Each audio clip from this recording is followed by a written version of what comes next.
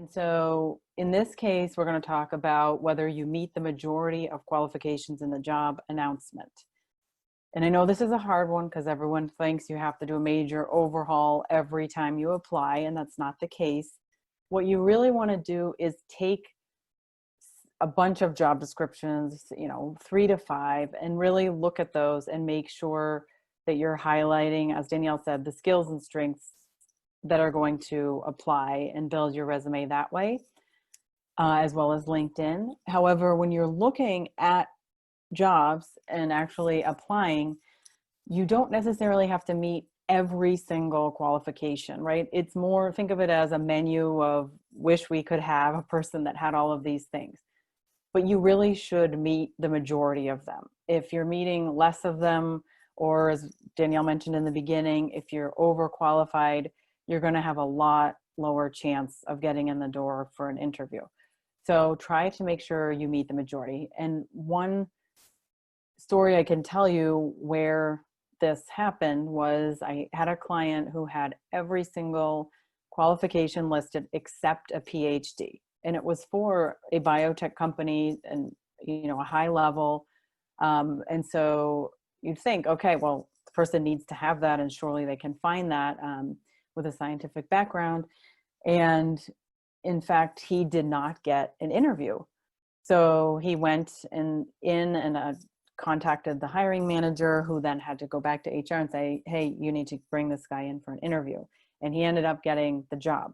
But just that's a case in point to tell you, yes, you should meet the majority, but you don't have to meet all of them. So don't take it as just, rote fact that you have to have every single one. The other piece on this one I just wanted to mention was something that just came up the other day when I was talking to someone on the phone about this. Was there are so many different terms that can be used across companies, across industries for the exact same type of job. So you may be missing a lot of the jobs you could be applying for. And the way to get around that is to really use research and use key terms on different sites like Indeed or LinkedIn or ZipRecruiter, and try different combinations of words and synonyms of those words, like program versus project management, customer success versus customer service or client relations.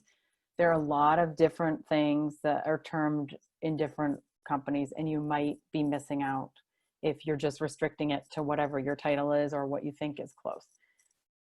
Next, do my resume and LinkedIn profile have key terms from my industry and field? So again, this is sort of what we just talked about, that you really do need those key terms, but you actually have to build them in. So when you're looking at those job announcements and the desired qualifications listed, you need to make sure you're using those exact terms as much as possible from the jobs of most interest. That's why I said, look at a bunch, right? You can't, it's not that you're going to be able to do every single one. And if there's a specific customer relationship management system, CRM, that one company wants you to know, like on Salesforce, and another one is a different one, I'm not saying you have to pack everything in. Those are sort of the more minor details, but you want to make sure that you have things that are generally applying across, or requested, I should say, across the job descriptions of most interest to you. And I can tell you this is very important, because when you're going through an applicant tracking software or ATS system with your resume after you submit it, this is used not only by large companies in the federal government, but also smaller organizations as well now, because they build their own and there are a lot of smaller options. They're not going to catch you if you don't have these terms that you've baked into these documents in a thoughtful way, of course, not just all over the place. But it's so important. And I can tell you, I just heard from a client yesterday who had applied to a very specific small government agency that rarely has opportunities, that the resume we worked on with her got her in for an interview. She doesn't yet know if she's going to get it, but she had not been having success getting interviews there previously or at other agencies. So what's really important is to pay attention to those qualifications and make sure they're in your documents. The next question I would ask you is, do my resume and LinkedIn profile clearly highlight my strengths? So this is back to what Danielle was talking about. A lot of times we think that it makes sense that, you know, well, we had these job titles and clearly I've had these responsibilities and these duties. So those are my strengths. Here it is. But really, you almost want to think of your resume and LinkedIn as a marketing piece, right? It's not just a story, you know, it shouldn't be a novel. It shouldn't be just a laundry list. You have to really catch their attention by extracting those strengths. And there are different ways to do that. It could be literally pulling them out and categorizing things a certain way. It could be grouping your experience by different industries or types of skills that you've had or types of jobs that you've held. You know, if there's different groupings, you can make that way. But you have to do it for them, because they're not going to just dig through there and say, oh, I can see that they've done change management. I can see that they've done budget management or financial analysis. You need to do it for them because they're not going to take the time, believe me. The next major question is, and I'm glad somebody mentioned cover letters are a pain point. I understand nobody likes them, but they do get read, not all the time, but especially when there's candidates who very closely match each other. If you're one who's actually sent a great cover letter, you'll get the interview and more consideration than someone who might not have taken the time.